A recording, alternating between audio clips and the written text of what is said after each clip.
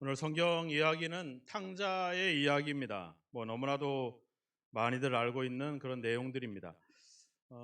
누가복음에만 등장하고 있는 아주 특별한 그런 비유이기도 합니다. 비유라고 하는 말은 이제 헬라어 말로는 파라볼레라고 하는 말을 쓰고 있는데, 우리가 일상적인 어떤 일상의 그런 일들, 그리고 하나님 전혀 알려지지 않은 영적인 진리, 잘 알려진 일상과 잘 알려지지 않은 영적 진리가 같이 결합되어 있는, 그래서 파라볼레라는 말은 이 두 가지를 나란히 놓는다, 이런 뜻을 갖고 있습니다. 그러니까 우리가 일상적인 생활 속에서 여러 가지 잃어버리는 이런 경험을 통해서 하나님의 진리를 깨달을 수 있다. 이게 참 놀라운 일이죠. 우리가 보통은 철학적인 사고라든지 아니면 과학적인 그런 탐구를 통해서 진리를 발견하게 되는데, 우리가 일상적인 생활 속에서 하나님의 뜻, 하나님의 진리를 찾는다. 이건 참 너무나도 감사한 일인 것 같습니다.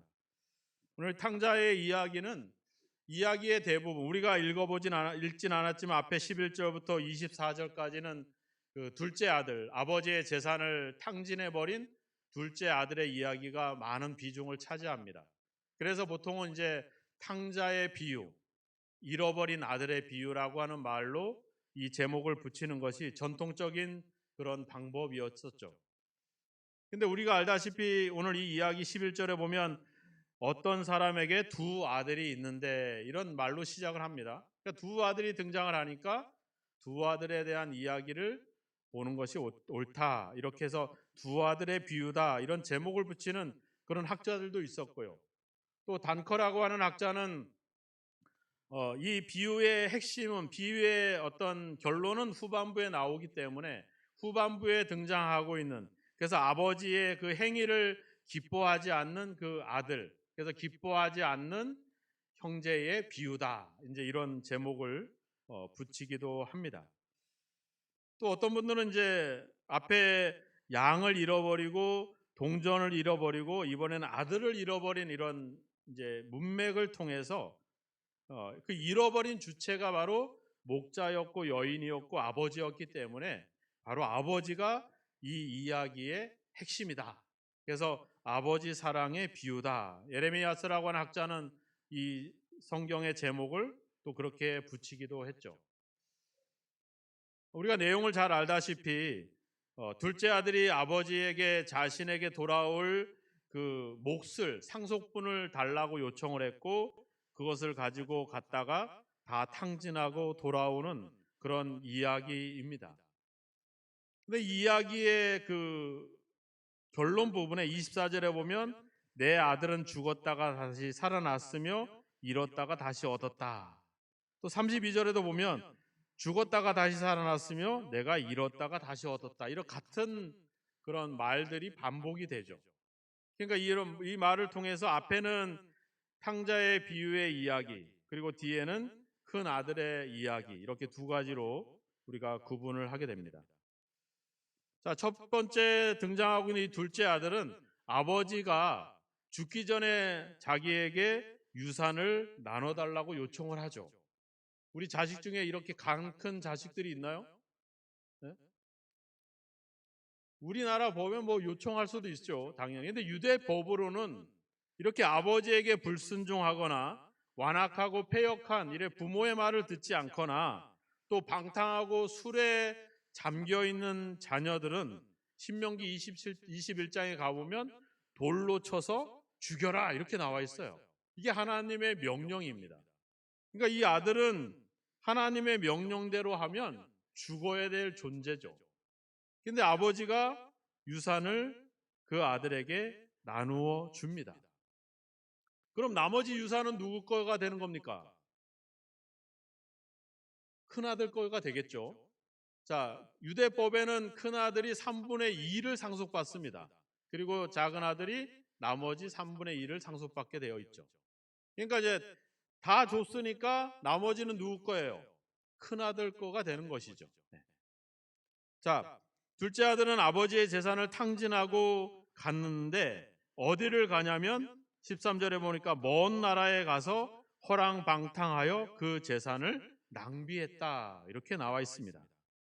그리고 나중에는 돼지를 먹이는, 돼지가 먹는 그 쥐염 열매도 제대로 못 얻을 만큼 거지가 됐던 이 내용들을 다루고 있죠. 그러니까 유대인이었기 때문에 당연히 유대 공동체 안에서의 어떤 삶이 있어야 될 텐데 이방 공동체를 찾아갔고, 또 유대인들이 가장 싫어하는 그 돼지를 치는 그 직업을 가지고 있었고, 또 그것을 얻어먹는 그런 거짓골이 돼버린 거죠.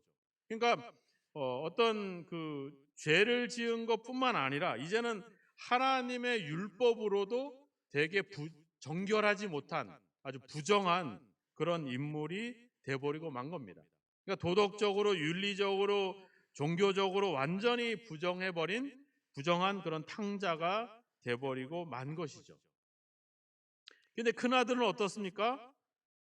자기 아들이 집에서 밭에서 일을 하다가 있다가 돌아왔어요. 근데 집에서 잔치가 벌어진 겁니다.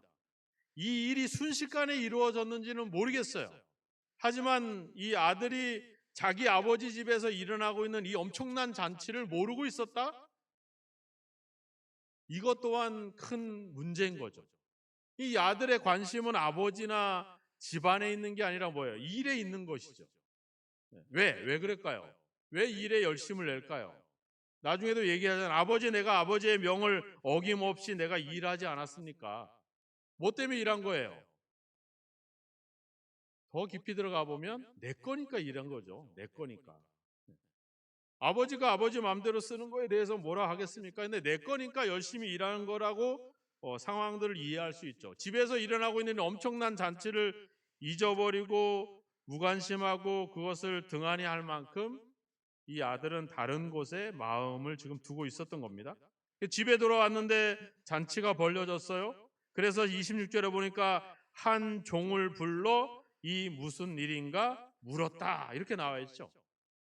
이게 재밌는 것이 무슨 일인가 물었다라고 하는 이 말은 헬라어 말로는 조사하고 신문했다 이런 말입니다. 그러니까 궁금해서 물어본 게 아니라 아주 그 내용들을 적나라하게 파헤친 것이죠. 그러니까 단순하게 보는 시각이 아니라 되게 뭔가 의도를 가지고 이 문제를 접근하고 있다는 것. 그리고 뭐예요? 집에 들어가지 않았죠? 28절에 보면 그가 노하여 들어가고자 하지 아니했다 이렇게 또 나와 있습니다. 헬라어 말로는 오르기조라고 합니다. 이 말은 분노하다, 노여워하다 이런 말인데 좀 의미가 달라요. 아주 깊이 쌓여진 분노를 이야기할 때 오르기조라고 하는 헬라어 말을 씁니다. 그러니까 이 아들은 지금 벌어지고 있는 눈앞에 벌어진 일 때문에 분노하는 것도 있지만 이 아들에게는 뭔가 쌓여진 깊은 분노와 노여움이 이 아들에게 있는 것이죠. 그래서 아버지한테 뭐라 그래? 내가 여러 해 동안 아버지를 섬겨 명을 어김이 없거늘 내게는 염소 새끼라도 주어 나와 내 벗으로 즐기게 한 일이 없는데 아버지의 살림을 창녀와 함께 삼켜버린 이 아들이 돌아오매 이를 위하여 살찐 송아지를 잡으셨나이다. 이 아들이 돌아오매, 당신의 아들이 돌아오매. 종들이 뭐라 그랬어요? 앞에서 27절에 당신의 동생이 돌아왔습니다. 당신의 아버지가 이 잔치를 벌렸습니다. 이랬는데 이 형은 뭐예요? 당신의 아들. 누가 내 동생을 아버지에 대고 당신의 아들이라고 합니까? 우리가 지난주에 마르다와 마리아 이야기 때 마르다가 승질이 나가지고 누구한테 화를 냈어요? 예수님께. 손님을 초대해놓고 손님한테 막 야단을 치는 거야. 지금 그 꼴이나 이 꼴이나 똑같죠, 그죠? 네. 당신의 아들한테는 송아지를 잡아주면서 왜 나한테는 헬라 원에는 아버지라고 하는 호칭도 없어요? 왜 나한테는 염소 새끼 한 마리도 안 잡아주냐니까. 이 뜻의 의미는 뭘까요? 아버지가 진짜 못된 놈이다. 아버지가 편애를 한다. 아버지가 나쁜 사람입니다. 이 얘기가 아니에요. 그 얘기는 뭐예요? 왜 내 송아지 잡았어요? 이 얘기입니다. 왜 그래요? 나머지는 누구 거예요? 내 거니까. 나머지 내 건이 아닌 거는 누가 다 없애버렸어? 저놈이 다 없애버렸거든요. 나머지는 다 내 건데 왜 나는 내 친구를 위해서 염소 새끼 한 마리도 안 잡는데 왜 내 거를 가지고 저 탕진해버린 저 탕자를 위해서 송아지를 잡습니까? 이 얘기를 하고 있는 거예요. 당신의 아들을 놓고 이거 엄청난 이야기입니다. 이 당신의 아들이라고 하는 표현은 그 당시에 그 바리새인 서기관들이 죄인들, 세리들, 막 이방인들을 부를 때 부르는 그런 호칭이에요. 네. 유대인들은 싫어하는 사람들이 있잖아요. 사마리안 싫어하죠. 이방인 싫어하죠. 혼혈 동족을 싫어하죠. 그리고 또 율법 안 지키는 사람들 싫어하죠. 천한 직업을 가진 사람들 싫어하죠. 그리고 불치병에 걸린 사람들 싫어합니다. 이런 사람들을 부를 때 당신의 아들 이런 식으로 불러요. 네. 이게 그 당시 그들을 경멸하고 죄인들을 부를 때 그런 호칭들이라고 하는 겁니다. 이러고 있는 거예요, 이 아들이. 그러니까 아버지가 어떻게 했어요? 28절에 보니까 아버지가 나와서 권했다. 둘째 아들이 재산을 탕진하고 저 멀리 거지가 돼서 왔을 때도 어떻게 했어요? 20절에 아버지가 그를 보고 측은히 열겨 달려가 목을 안고 입을 맞췄다. 근데 큰아들이 또 불평불만을 하고 안 들어오니까 또 아버지가 나가서 그 아들을 설득하는 겁니다. 그러면서 뭐라 그래요? 29절, 31절에 예, 너는 항상 나와 함께 있으니 내 것이 다 내 것이 아니냐. 이 아버지가 얘기하는 이 아들이 가지고 있는 가장 큰 특권은 뭐예요? 아버지와 함께 하고 있는 거죠. 아버지와 항상 함께 하고 있는 것. 하나님이 나와 함께 하고 있는 것. 이것이 우리가 가지는 가장 큰 특권입니다. 근데 우린 그걸 원하는 게 아니에요. 더 많은 재산, 더 많은 성공, 더 많은 인정 이런 것들을 원하는 거죠. 장자는 유대인들 상속권으로 3분의 2를 상속받고 또 제사장의 권한도 있잖아요. 우리가 사도 바울이 복음을 전할 때마다 제일 먼저 복음을 전하는 우선순위가 누구였어요? 유대인들이었거든요. 유대인들은 이런 구원에 있어서도 우선권을 가지고 있어요. 큰아들은 아버지와 함께하는 그 한 가지로 인해서 엄청난 제도적으로 경제적으로 엄청난 종교적으로 축복의 우선권을 갖고 있는 그런 권한들이 있는 거예요. 그 엄청난 특권을 갖고 있는 것을 모르는 거야. 그리고 내 것 가지고 왜 내 송아지를 잡고 왜 내 걸 가지고 당신의 아들을 위해서 잔치를 벌이냐 이렇게 지금 이야기를 하고 있는 거죠. 비록 아버지를 곁에 있었고 아버지의 명을 지키고 열심히 일하고 성실하게 일하는 것 같았지만 이 아들도 여전히 그 마음에 아버지를 두지 못하고 아버지를 신뢰하지 못하는 아버지 옆에 있었지만 아버지를 멀리 떠나 있었던 탕자라고 하는 사실입니다. 그러니까 실제로 재산을 가지고 탕진한 이 아들이나 아버지 옆에서 그저 있는 척 했지만 어떻게 보면 더 나쁜 놈이에요. 그 위선을 다 숨기고 욕심을 다 숨기고 그리고 결정적으로 이 결정적인 사건에서 자신의 모든 분노를 쏟아내잖아요. 누가 잘못했는데? 아들이 잘못했, 동생이 잘못했잖아요. 근데 생각해보면 뭐예요? 그 인간이 내 동생이에요. 나와 같은 핏줄을 나눈 동생이라고 하는 거예요. 이렇게 이 이야기의 전반은 둘째 아들에 대한 이야기, 후반에는 이렇게 첫째 아들에 대한 이야기로 이렇게 이야기가 마무리가 됩니다. 이 이야기의 발단이 되는 것은 1절과 2절에 나와 있죠. 한번 성경을 한번 찾아보시면 되겠습니다. 15장 1절과 2절에 보면 모든 세리와 죄인들이 말씀을 들으러 가까이 나아오니 바리새인과 서기관들이 수군거려 이르되 이 사람이 죄인을 영접하고 음식을 같이 먹는다 하더라. 여기에 두 부류가 나누어지죠. 세리와 죄인들 그리고 바리새인과 서기관들. 바로 이 세리와 죄인들이 누구예요? 앞서 얘기했던 둘째 아들들이죠. 아버지의 것을 다 탕진하고 세상 가운데 죄 가운데 지냈던 영혼들. 두 번째 나오는 바리새인과 서기관들은 누구였습니까?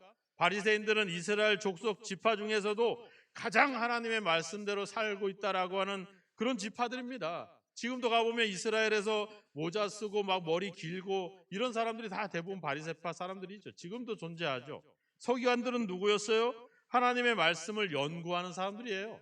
그러니까 바리새인과 서기관은 그 당시에 누구보다도 하나님 말씀대로 살고 있다라고 하는 그런 하나님 안에 머물고 있다라고 자부했던 바로 이 큰아들과 같은 존재들이었죠.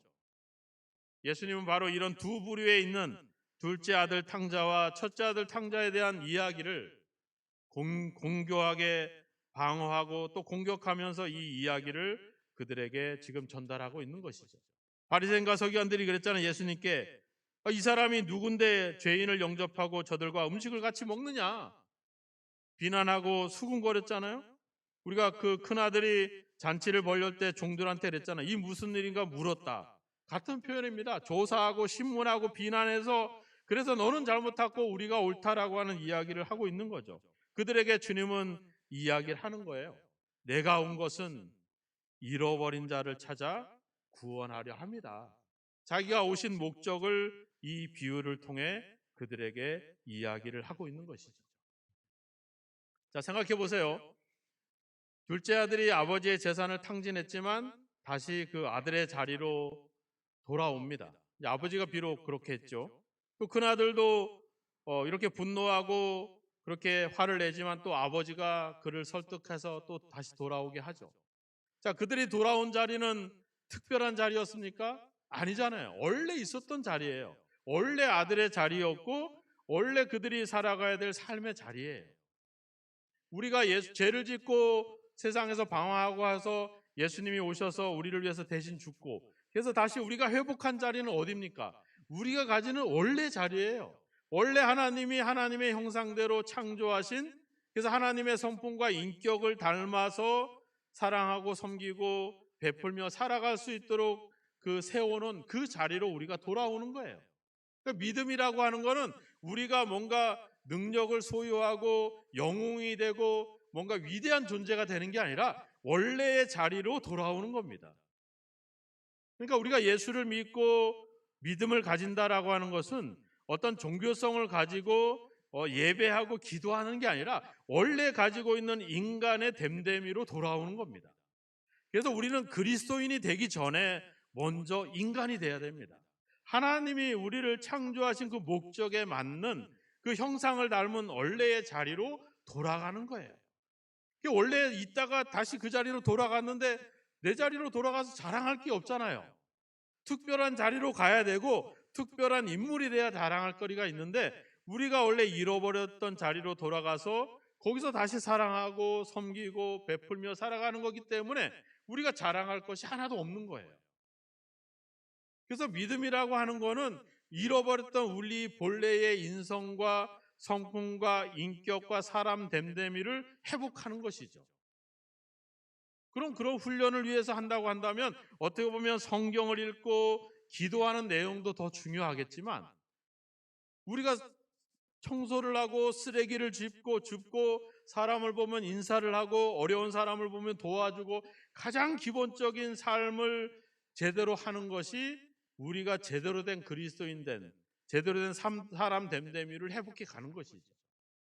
우리는 오늘날 그걸 잃어버린 거예요.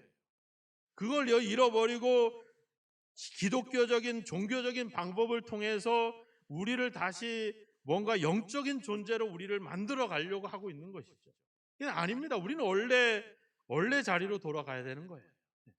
이 아들들이 다시 돌아가서 다시 회복에 대한 내용들은 없지만 회복이 됐다 우리가 가정을 한다면 이 아들이 앞으로 자기 자리를 찾아서 뭐를 하겠습니까? 열심히 일하겠죠. 아들로서의 본분으로 아버지의 사랑에 감사하면서 자기가 맡겨진 역할에 열심히 일하겠죠. 또 내가 탕진하고 방황한 경험이 있기 때문에 그런 사람들을 이해하고 또 받아주고 용서하고 하겠죠. 그리고 작은 일에도 함께 기쁨을 나누고 즐거워하는 삶을 살겠죠. 특별한 게 있는 게 아닙니다. 그런데 우리는 예수를 통해서 뭔가 늘 기적적인 것, 늘 체험적인 것, 뭔가 특별한 것들을 자꾸 상상을 하다 보니까 우리가 회복되면 뭔가 엄청난 어떤 부와 엄청난 명예와 엄청난 것들을 누릴 것 같은 그런 생각들을 갖게 되는 것이죠. 우리의 본래의 자리는 원래 우리가 해야 될 자리였습니다. 우리가 원래 살아가야 될 삶의 자리들이었다는 거죠. 그 자리로 돌아가게 하기 위해서 이렇게 기다리고 찾고 예수님이 자신을 십자가에 못 박으면서까지 이렇게 우리를 계속 기다리고 우리를 향해서 문을 열고 계시는 거죠. 그래서 우리가 때로는 지치고 힘들고 상하고 쓰러지고 상처받고 그래도 그래 이렇게 아무것도 아닌 이런 존재를 세상에서 어떻게 인정합니까? 이런 아들들을 누가 인정을 하겠어요? 그런데 주님은 여전히 우리를 향해서 길을 열어놓고 있다는 거죠. 그래서 우리가 그 주님께로 돌아가면 주님이 기뻐하신다는 거죠. 그래서 어떻게 해요? 22절에 보니까 제일 좋은 옷을 입히고 손에 가락지를 끼우고 발에 신을 신겼다. 이 아버지는 작은 아들한테 모든 다 줬고 나머지는 큰 아들 것. 이 아버지가 가지고 있는 것은 뭐겠어요? 그냥 손에 있는 가락지 뭐 이런 거밖에 없어요. 자기 걸 주는 겁니다. 큰 아들 거 뺏고 그 다른 몫을 주는 게 아니라 아버지가 가지고 있는 권한과 모든 권리를 그 아들에게 주면서 죄의 종로를 했던 이제 너 다시 내 안에 돌아왔으니까 여기서 자유롭게 내 아들로서 다시 그 명예와 그 존귀함을 회복해 주는 거죠. 자기 걸로. 예수님이 자기의 목숨으로 자기의 생명으로 십자가에 못 박으심으로 우리의 권리를 우리의 자격을 회복시켜 주시잖아요. 네. 우리의 것을 가지고 하지 않았습니다. 하나님의 가장 귀한 그 독생자 아들의 생명을 가지고 우리를 살리는 거예요. 그리고 자기가 다 했는데 그것 때문에 또 기뻐해. 우리는 원래 저기 갔다가 다시 이 자리로 온 것뿐인데 그걸 놓고 이 주님은 이 주인은 이 아버지는 얼마나 기뻐합니까? 그래서 아까도 이야기했지만 우리가 주님께 돌아가는 것뿐만 아니라 주님을 위해서 뭘 한다 생각해 보세요. 주님이 얼마나 기뻐하시겠어요. 우리는 어떻게 보면은 죄도 짓지도 않았고 우리는 교회를 떠나지도 않았고 열심히 주의를 지키고 예배도 드리고 기도도 하고 헌신도 하고 열심히 또 그렇게 봉사도 하고 하셨습니다. 하지만 정작 우리 속에 내가 하나님과 함께하고 있는 이것이 가장 큰 은혜인 것을 모른 채 그걸 하나님을 통해 그 아버지를 통해 더 많은 것들을 소유하고 욕심을 부리고 있다면 여전히 우리도 이 탕자와 동일한 존재라고 하는 건 사실이죠. 여전히 우리도. 그래서 오늘 우리가 올해 하나님을 따라 새 사람이 되자, 옛 사람을 벗어버리고 새 사람을 입자 하는 그것, 내 안에 있는 내 삶에 있는 탕자를 벗어버리고 원래의 자리로 돌아가서 우리의 자리를 회복해서 거기서 내가 해야 될 역할들 성실히 정직하게 진실하게 살아가는 것, 그 삶을 주님은 원하신다라고 하는 겁니다. 여러분의 안에 있는 또 여러분 삶 속에 있는 탕자를 찾아내시기 바랍니다. 그리고 보이지 않은 그 탕자를 찾아내서 벗어버리고 이제는 주님의 자녀다운 모습을 회복해가는 저와 여러분이 되었으면 좋겠습니다. 교회 안에 있는 것으로 또 우리가 예배하는 것으로 만족하지 마시고 내 안에 진심으로 내 성품을 벗어버리고 내가 하나님을 전적으로 신뢰하고 그분과 함께하고 있는 것을 가장 큰 기쁨으로 여기고 있는지 우리 자신들을 점검해 보면서 잃어버렸던 우리를 다시 한번 회복하는 저와 여러분이 되길 주의 이름으로 축원합니다. 그러면 주님이 기뻐하시는 거 아닌가? 잃었다가 다시 찾은 이 기쁨, 다시 본래 자리로 돌아왔지만 그 과정에서 주님은 이것을 너무나도 기쁘게 여기고 있는 겁니다. 우리가 쓰러지고 넘어지고 상처받고 우리가 지쳐있다 하더라도 우리가 충분히 주님의 기쁨이 될 수 있습니다. 우리의 자리를 회복해서 우리가 하나님의 자녀다움을 다시 회복해 간다면 그것은 주님의 큰 기쁨이 될 줄로 믿습니다. 이번 한 주간 우리 삶 속에 또 내 생각 속에 존재하고 있는 이런 잘못된 탕자의 기질과 그런 방식과 생각들을 내려놓고 주님, 내가 이제 하나님과 함께하고 있는 것이 나의 가장 큰 은혜입니다. 이렇게 고백하면서 그렇게 주님을 기뻐하신다면 주님은 우리 때문에 더 기뻐하게 될 줄로 믿습니다. 이번 한 주간 여러분들의 삶이 주님에게 또 하나님께 큰 기쁨이 되는 귀한 삶이 되기를 주님의 이름으로 축원합니다. 기도하겠습니다. 잠깐 기도할 때 하나님, 내 안에 있는 내 삶에 있는 내 생각 속에 남아있는 탕자의 근성을 벗어버리고 이제 하나님과 함께하고 있음을 가장 크게 기뻐하며 그 아버지가 기뻐하는 일도 나도 기뻐하고 나로 인해서 주님의 기쁨이 될 수 있도록 그 삶이 될 수 있게 달라고 함께 기도하도록 하겠습니다. 기도하겠습니다.